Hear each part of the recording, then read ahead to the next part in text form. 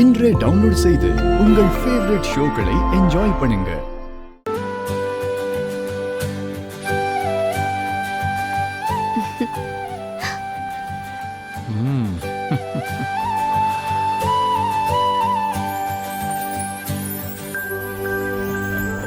உங்களை பார்த்து எத்தனை நாள் ஆச்சு தாத்தா?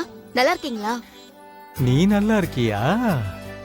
நீங்க சொன்ன மாதிரியே என்ன சுத்தி சூறாவளிலாம் வீசி என் உயிருக்கு ஆபத்தெல்லாம் ஏற்பட்டுச்சு தாத்தா. நீங்க சொன்ன மாதிரி உங்களையும் அந்த சாமியே நினைச்சுக்கிட்டேன். அதனால எல்லா பிரச்சனையும் விலகி இப்ப நல்லா இருக்கேன் தாத்தா. எல்லா பிரச்சனையும் விலகிட்டுதான் நினைச்சிடாத.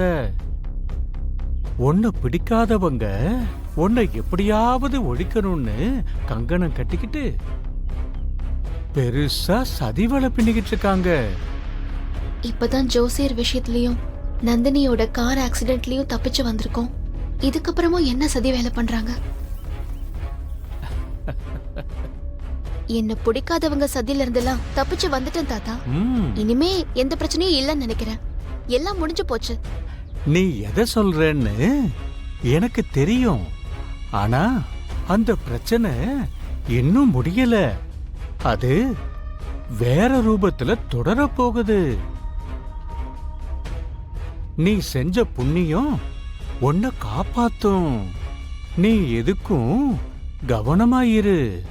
நான் எப்பவும் போல உன் கூடவே இருப்பேன்.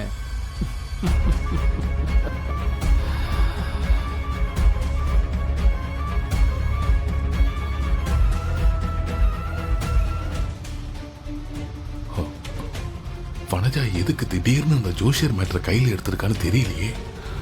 ஏதோ குழப்பம் பண்ண போறான்னு நினைக்கிறேன். என்னவ முடிஞ்சு போன விஷயத்த தேவையில்லாம கொண்டு வந்து இப்ப பேசி குழப்பம் பண்ண பாக்குறா அப்படின்னு நினைச்சுதானே நீங்க ரெண்டு பேரும் என்னையே பாக்குறீங்க. அப்படியெல்லாம் ஒண்ணும் இல்லக்கா. அன்னைக்கு கார்டன்ல ஆதி பார்வதிய ரொம்ப அக்கறையா வீல் சேர்ல உட்கார வச்சு தள்ளிக்கிட்டே வந்தான்ல, அத பாக்கும்போது எனக்கு ஒரு புருஷன் பொண்டாட்டி கிட்ட அக்கறை வச்சு தள்ளிக்கிட்டு வந்த மாதிரியே தோணுச்சு. பாத்தீங்களாக்கா? பாத்தீங்களா? ஷாக்கா இருக்காக்கா? இதேதாக்கா, இதேதான். உங்களுக்கு தோணுன மாதிரி தான் எனக்கும் தோணுச்சு. அப்பதான் அந்த ஜோசியர் சொன்னதும் எனக்கு ஞாபகத்துல வந்துச்சு. அக்கா, அன்னைக்கு அந்த ஜோசியர் என்ன சொன்னாரு? 8:30 மணிக்கு மேல அந்த பேப்பரை பிரிச்சு பாருங்க. அதுல எழுதியிருக்கிற மாதிரியே நடந்துச்சுன்னா நான் எப்பேற்பட்ட ஜோசியர், என் வாக்கு பலிதம் எப்பேற்பட்டது, அதுக்கு எவ்வளவு சக்தி இருக்குன்னு நீங்களே தெரிஞ்சுப்பீங்க அப்படின்னு சொல்லிதானே கொடுத்தாரு.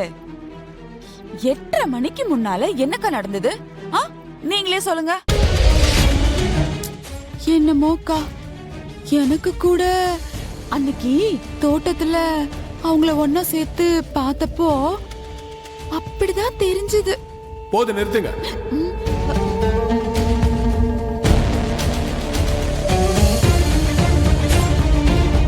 ஐயோ,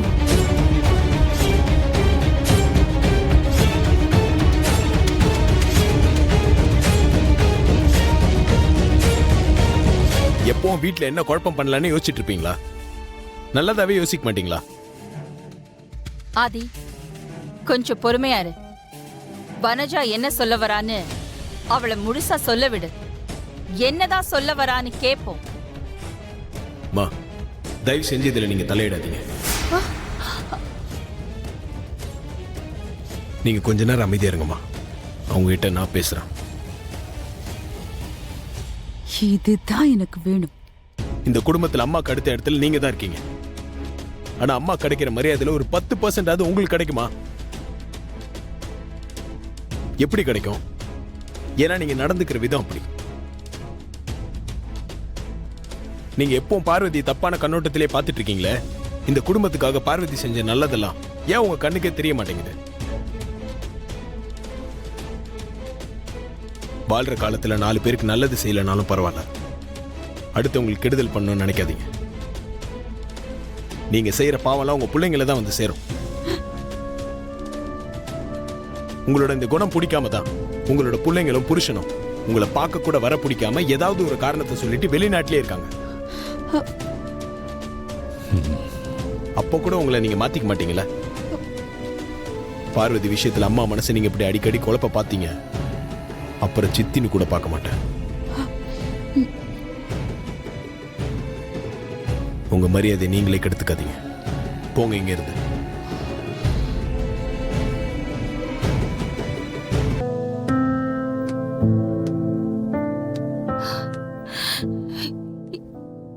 என்னோட ஆதி அங்க இது என்னோட ஆதியா? என்ன பார்த்து அப்படி பேசிட்டா? இங்க எதுவும் பேச வேண்டாம் அகிலா. வா நம்ம ரூமுக்கு போவோம். அங்க போய் பேசிக்கலாம். வா அகிலா, பேசிக்கலாம்.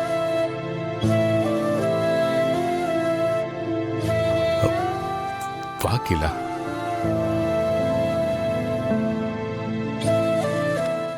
என்ன சார் நீங்க இதெல்லாம் போய் எங்கிட்ட கேட்டுட்டு இருக்கீங்க? ஓ அப்படியா? ஆமா, எந்த ஃபைலு? சரி ஓகே, நான் தேடி பார்க்குறேன். நீங்க எனக்கு ஒரு 2 நிமிஷம் கழிச்சு கால் பண்ணுங்க. ஓகே.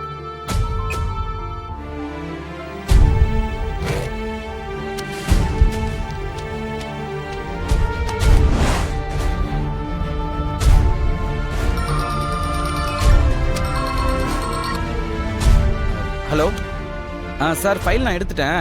எங்கிட்ட தான் இருக்கு. உங்களுக்கு என்ன டீட்டெயில்ஸ் வேணும்? ஆமா.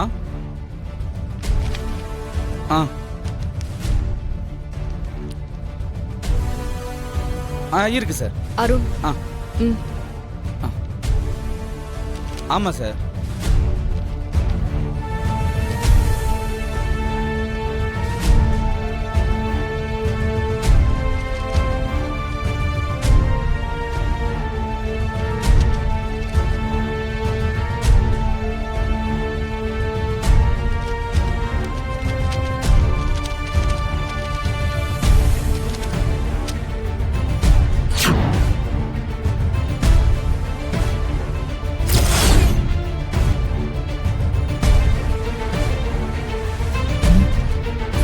சார் நான் அப்புறம் கூப்பிடுறேன்.